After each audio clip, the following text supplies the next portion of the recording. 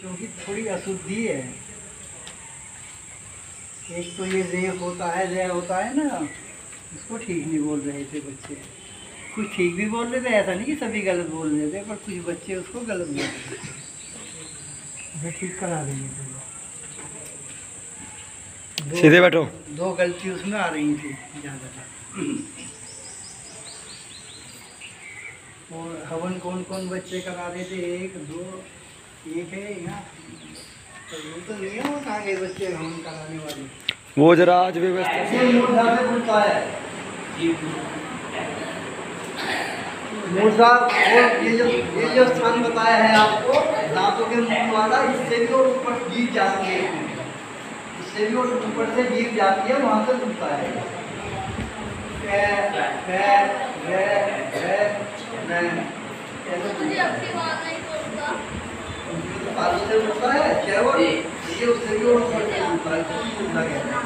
उधर देते उधर।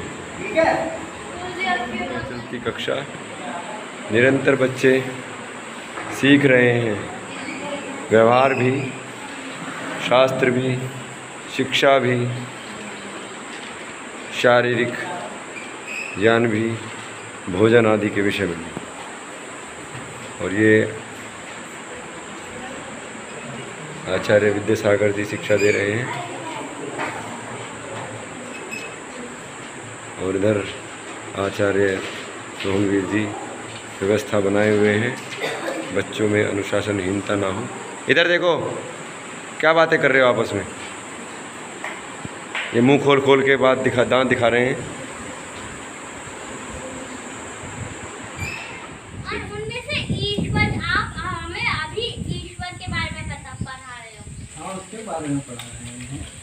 तो कहते कौन कौन सी चीज़ है, उन्हें सब कहते हैं। कौन कौन सी चीज़ है वे? ईश्वर, प्रकृति, जीव। ये हमेशा रहने वाली चीज़ होती है। ये पहले से भी थी, अब भी है, और आगे भी रहेंगी। तो इनको क्या कहते हैं? सत कहते हैं। तो ईश्वर का एक स्वरूप यही होता है कि वो कैसा होता है? सत होता है। तो ये बात आ गई है, उसकी बात कर रहा हूँ मैं। सबसे श्रेष्ठ रचना भगवान की ये है। मनुष्य योनि में आकर के हम, सबसे पहला गुरु कौन होता है? बताओ। ठीक है, बताओ। फिर और बताओ, कोई किसी की समझ में आता है? बताओ।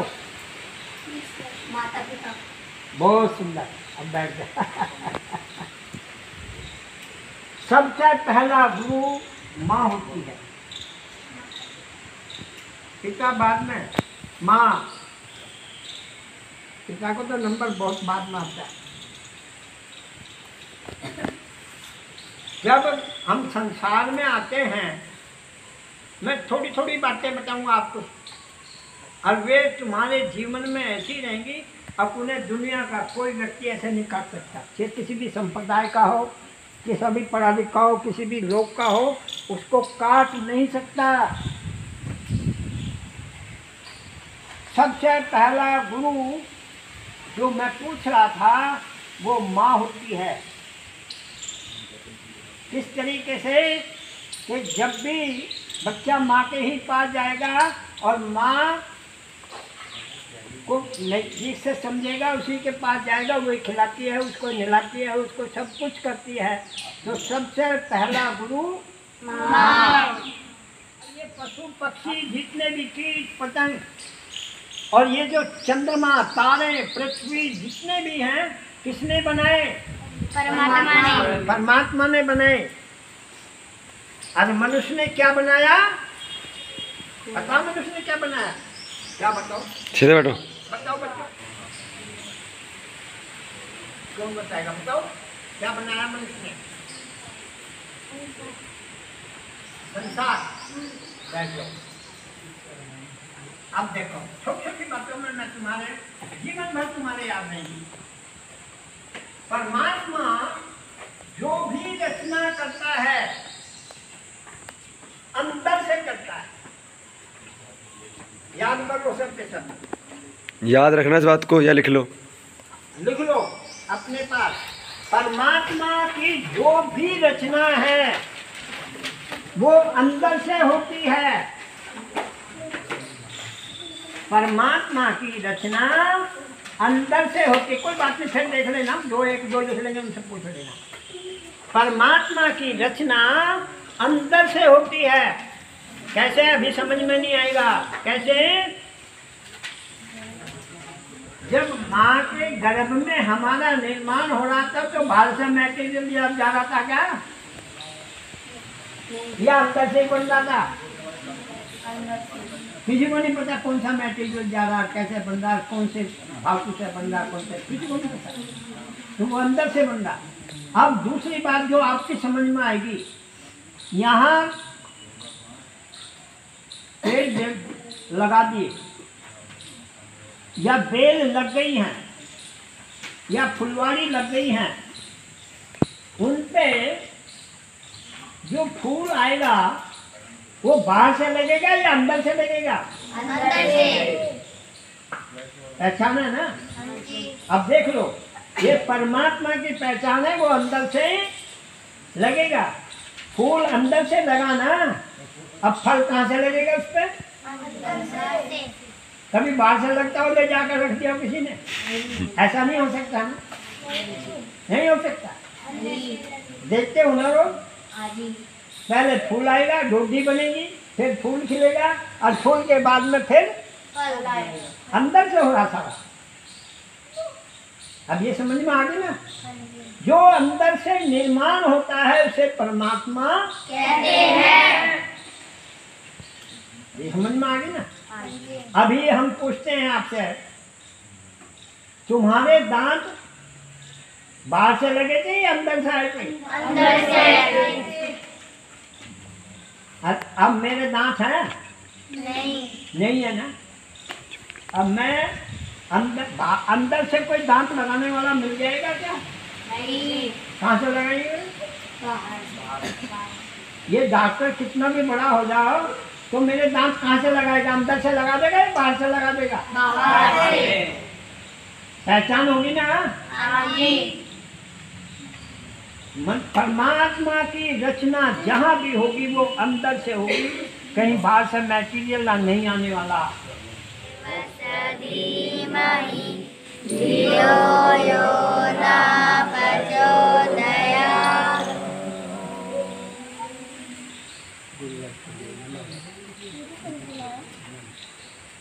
सभी पवित्र आत्माओं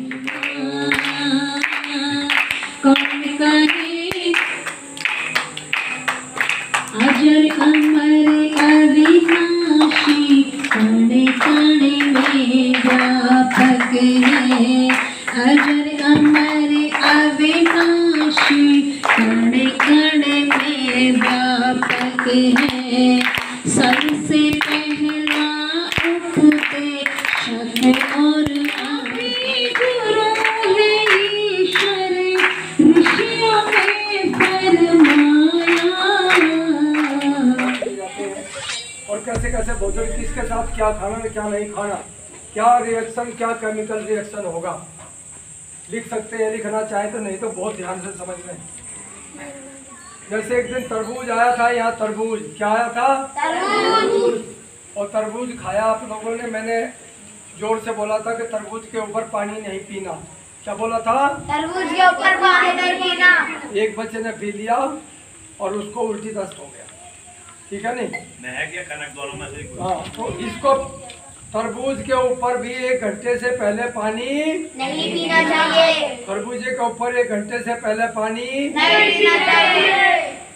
और कोई सा भी फल हो, फल के बाद पानी नहीं पीना कोई चाहिए। भी फल हो। और भोजन से 1 घंटा, भोजन के साथ में भी पानी या उसके ऊपर पानी नहीं पीना चाहिए। कितनी देर में पीना चाहिए? 1 घंटा बाद, 1 घंटा पहले। ठीक है, 1 घंटा या आधा घंटा पहले छोड़ देना चाहिए और 1 घंटे बाद में पीना चाहिए। और सुनो, अभी शादी में गई, निमंत्रण आया तो, और उसमें कूद रहा है, तो पहले गया कहाँ? सबसे पहले चाट वाले के पास। किसके पास? चाट वाले के पास। उसके ऊपर वो चाट कैसी थी, उसके ऊपर में सामान डाल दिया, छोले भटूरे ये सामान खाया और नमक, उसके ऊपर नमक मसाला डाल दिया। उसके बाद में आप चला गया दी के रसगुल्ले, फिर रसगुल्ले के ऊपर चला गया। वो तीक्ष्ण भोजन था, उसके ऊपर आपने एकदम मीठा खाया तो आप बीमार हो जाओगे। क्या हो जाओगे? बीमार हो जाएंगे। अब सुनो, अब आप कुछ मीठा खा रहे हैं और बीच बीच में आपने नमक का खाया, उसके बाद फिर मीठा खा लिया, तो भी आप बीमार हो जाएंगे। उधर आपको दिखाई देगी चाट, अंत में दही बड़े हैं, उसमें दही भी है, पूरा सामान है, आपने वो खाया। देश में आने वाले दुश्मनों से वो हमारी रक्षा करती है। सही बात है। भारतीय नौसेना भारत की 3 सशस्त्र सेनाओं में से एक है। अब 3 सशस्त्र सेनाएं कौन सी हैं भारत की? नहीं, आपने बताया, आप बताइए। एयरफोर्स, वाटर फोर्स और अर्थ फोर्स।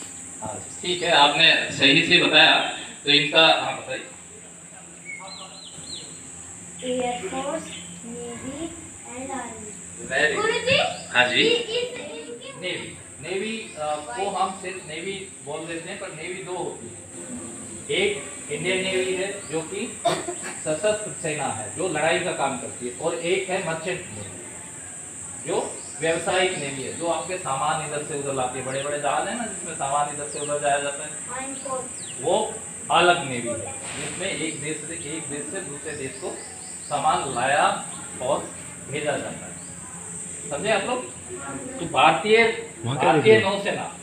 नौसेना आपकी लड़ाई वाली फोर्स है, जो आपकी सारी समुद्र की जुड़ी हुई सीमा, हमारी कहां से कहां तक लगती है समुद्र की सीमा?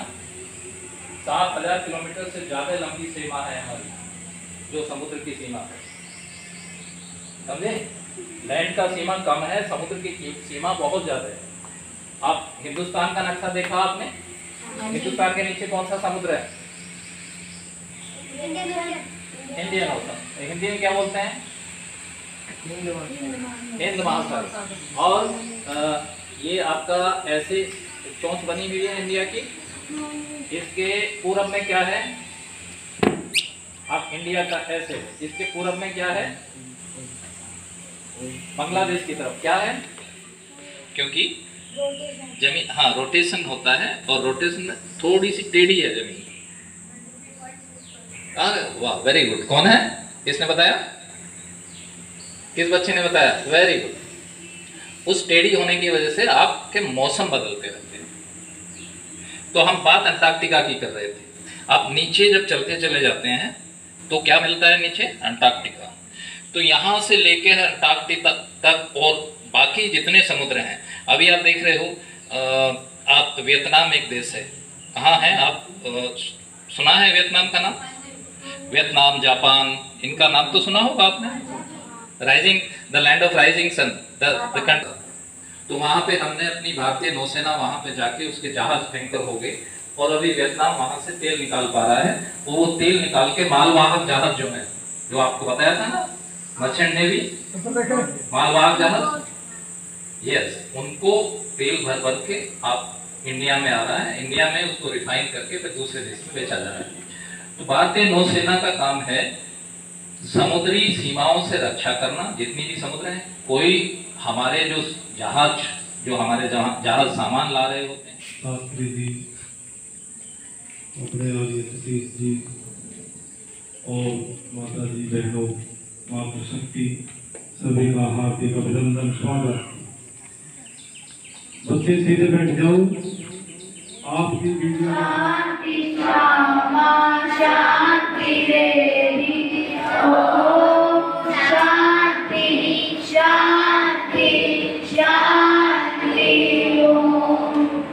सर्वेभ्यो नमः। और आपका ध्यान इधर उधर जाने से फिर बात भी सुनने में ठीक से नहीं आती।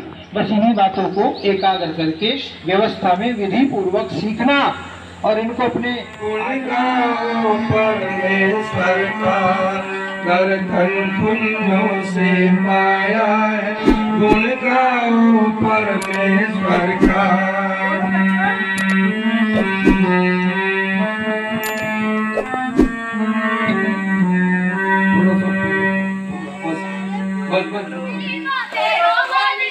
शाबाश करो।